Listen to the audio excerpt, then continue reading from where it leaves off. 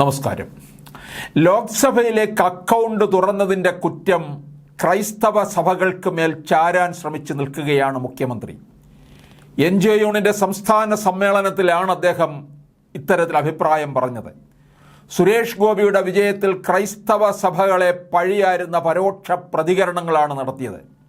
രാജ്യത്ത് പലയിടത്തും ആക്രമണത്തിന് വിധേയരായവരെ പ്രതിനിധാനം ചെയ്യുന്നു എന്ന് പറയുന്നവർ ഇവിടെ BJPയെ പിന്തുണച്ചു എന്ന് മുഖ്യമന്ത്രിയുടെ പരാമർശമാണ് ക്രൈസ്തവ സഭകളെ ലക്ഷ്യം വെച്ചുള്ളത്.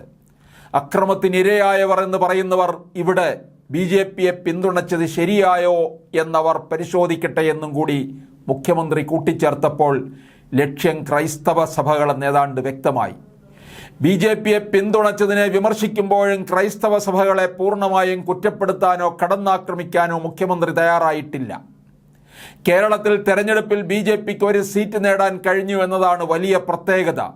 ഇത് ഗൗരവപൂർവ്വം പരിശോധിക്കണം. അതിനിടയാക്കിയ ഒട്ടേറെ കാര്യങ്ങളുണ്ട്.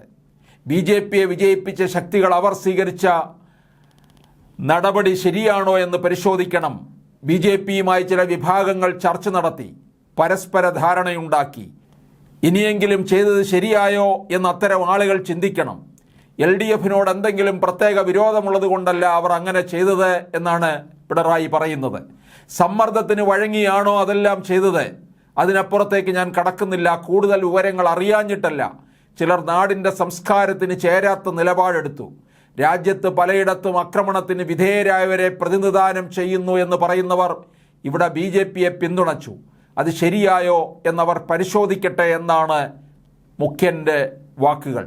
സർക്കാരിനോട് എന്തെങ്കിലും പ്രത്യേക വിരോധമുള്ളത് കൊണ്ടല്ല ചില വിഭാഗങ്ങൾ BJPയെ പിന്തുണച്ചെന്ന പരാമർശമാണ് വിമർശനത്തിലും മുഖ്യമന്ത്രിയുടെ നിലപാട് മയപ്പെടുത്തുന്നതായുള്ള സൂചന നൽകുന്നത്.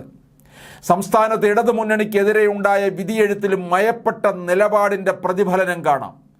ഇടതുമുന്നണിക്ക് പ്രതീക്ഷിച്ച വിജയമുണ്ടായില്ലെന്ന് പറഞ്ഞ മുഖ്യമന്ത്രി അത് ഏതെങ്കിലും വിഭാഗത്തിന് സർക്കാരിനോടുള്ള പ്രത്യേക വിരോധത്തിൻ്റെ ഭാഗമായല്ല, ജനവിധി എതിരായെന്നാണ് മുഖ്യമന്ത്രിയുടെ പ്രതികരണം. സംസ്ഥാനത്ത് ഭരണവിരുദ്ധ വികാരമില്ല എന്നാണ് കാരണഭൂതൻ പറയുന്നത്.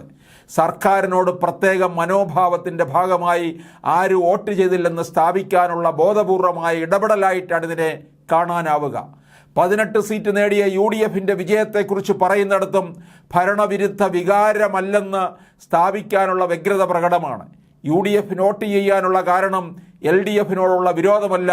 ലോക്സഭാ തെരഞ്ഞെടുപ്പിൽ അത്തരമൊരു രീതി കേരളത്തിൽ ഉണ്ട് എന്നാണ് മുഖ്യമന്ത്രി പറയുന്നത്. ഭരണവിരുദ്ധ വികാരമുണ്ടെന്ന് അംഗീകരിക്കാൻ വിസമ്മതിക്കുമ്പോഴും ക്ഷേമ പെൻഷൻ കുടിശ്ശികയായതും സർക്കാർ ജീവനക്കാരുടെ ക്ഷാമബത്ത നൽകാത്തതും ഫലത്തെ സ്വാധീനിച്ചുവെന്ന് പരോക്ഷമായി മുഖ്യൻ സമ്മതിക്കുന്നുമുണ്ട്.